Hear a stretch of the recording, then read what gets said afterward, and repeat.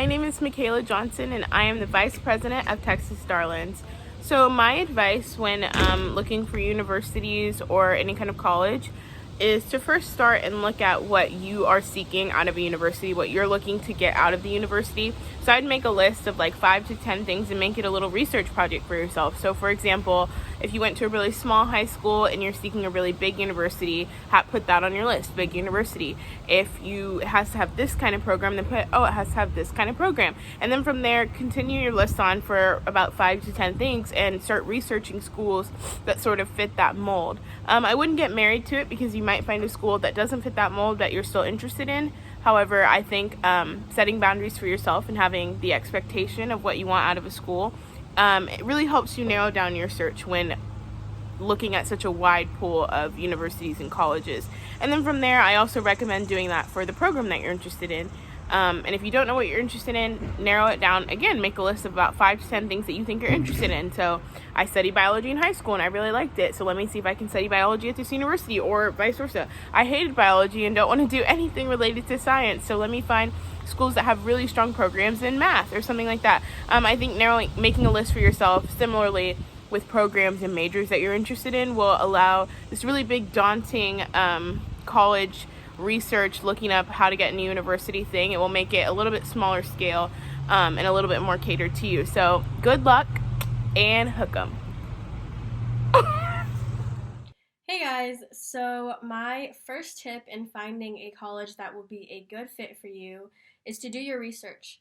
So, what that means is either buying a book with, let's say, the top 100 colleges in the US and looking through them and looking at their ratings in different categories, or you can go online. And one of my favorite websites when I was doing my own college search was niche.com, and that basically rates a bunch of different aspects of a school like location, safety, food, even, and overall. And it has reviews from people who go there and parents as well. So that was just a good look into what life would be like on that college campus. And the second one, specifically for standardized testing, is to take practice tests just over and over and over again.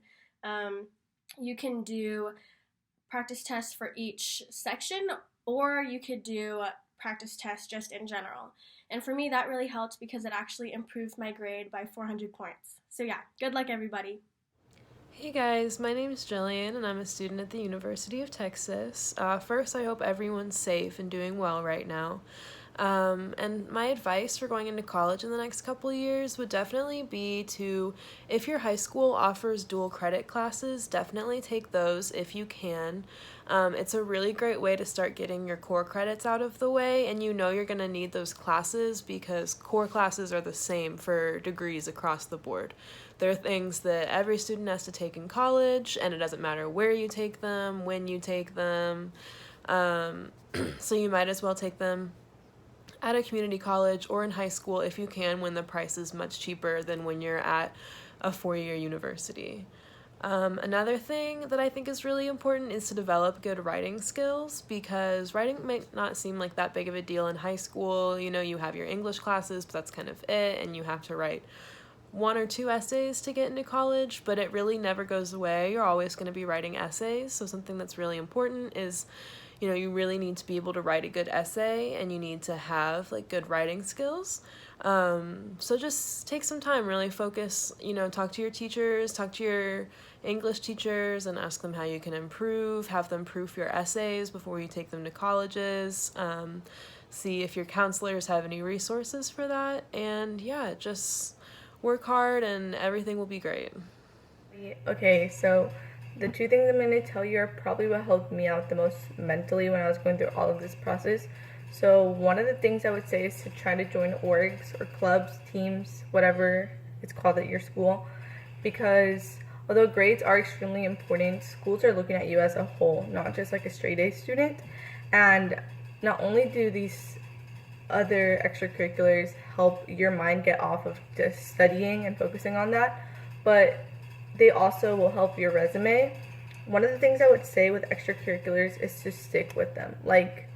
Not necessarily try 30 million when you're in high school, but maybe a couple that you can stay in throughout your whole high school career, because that way you will grow in that area. You could potentially be an officer or a team captain or just have a leadership position, and that looks really good on your resume.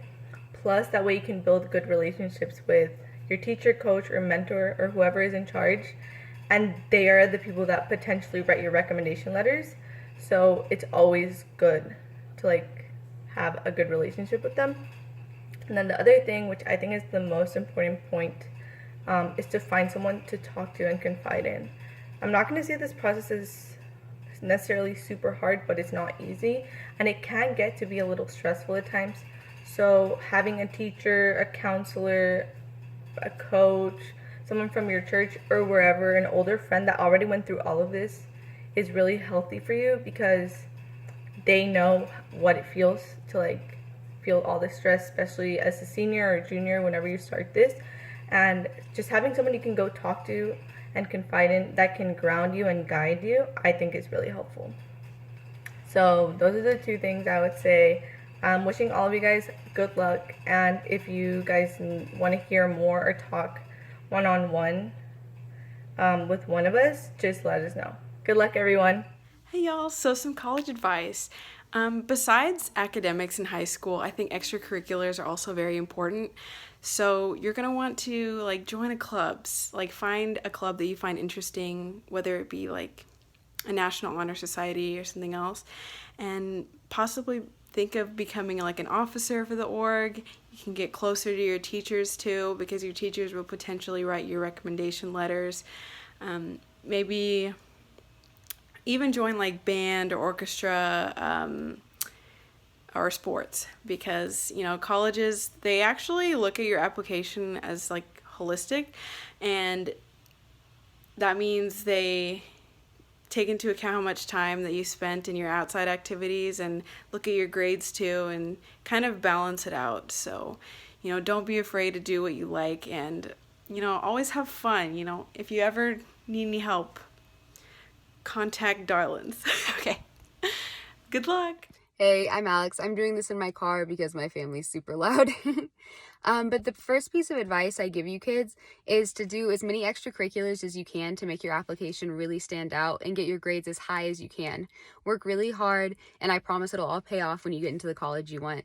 And the second piece of advice I give you is that it's okay if you don't know what major you want yet. I didn't know when I started, and I promise you'll figure it out along the way. You'll find something you're passionate about, and it'll all work out if you just really put the work in for it.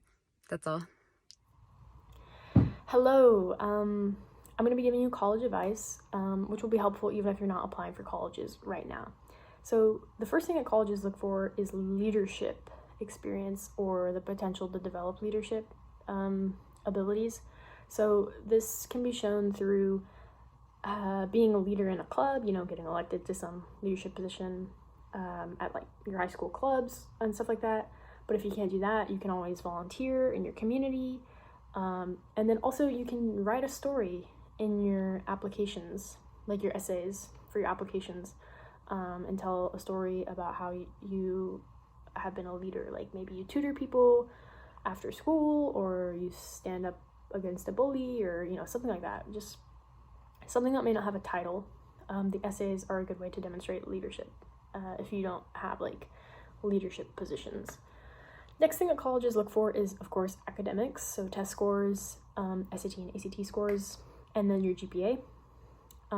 I recommend looking online and doing research about the average GPA that colleges take and the average test scores, and then applying for at least one college where you're above average.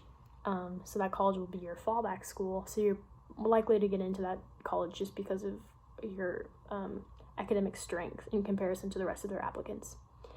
The next thing that colleges look for is letters of recommendation. They'll usually want, usually it's optional, but I recommend doing it because the person who writes your letter of recommendation can kind of shine a light on your experiences and stuff from an adult perspective, and maybe talk about you in a way that you're not, like, you're not comfortable talking about in your essays and stuff like that, or that you can't because you're writing from a first person perspective.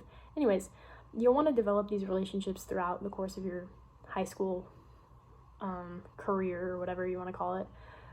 So if you get along really well with like a coach or a teacher or something like that, you could kind of, keep in contact with them throughout your high school experience, and then when time comes to apply for colleges, they'll know you pretty well, so they can give you a really good letter of recommendation. And then the last thing that some colleges look for is demonstrated interest. Not a lot of people know about this, but some of the more competitive schools will track your points of contact with them throughout high school.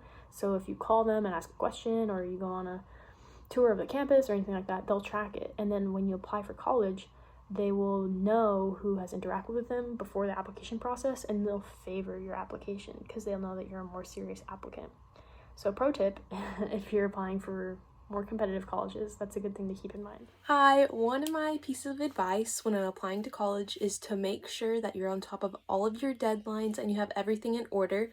It can be really overwhelming, especially if you're applying to multiple colleges. So making sure that you set a timeline for yourself and that you're working accordingly to that is really important to maintain your stress level, as well as ensuring that you have the best application process possible. Another tip of advice that I have is talking to people who maybe went to some of the colleges you're interested in. That's something that helped me decide what I wanted. I would talk to alumni of different colleges, or I would do research, watch YouTube videos of people who went there, see how the environment is like, see how not only is my major that they have, how strong is that, but just the environment and the culture of the campus and what you'd like to be in. So it's really good to keep in tune with yourself and figure that out as well. Hi, so some college advice I would like to give you is to make sure that you take your college entrance exams, such as the SAT and the ACT, or any other exams your university may require. Do research on your desired university to make sure that your desired major is in there and that it fits you. And if you have the chance, go and visit campus. There's nothing like actually walking on campus and feeling like this is where I belong. Good luck in the process.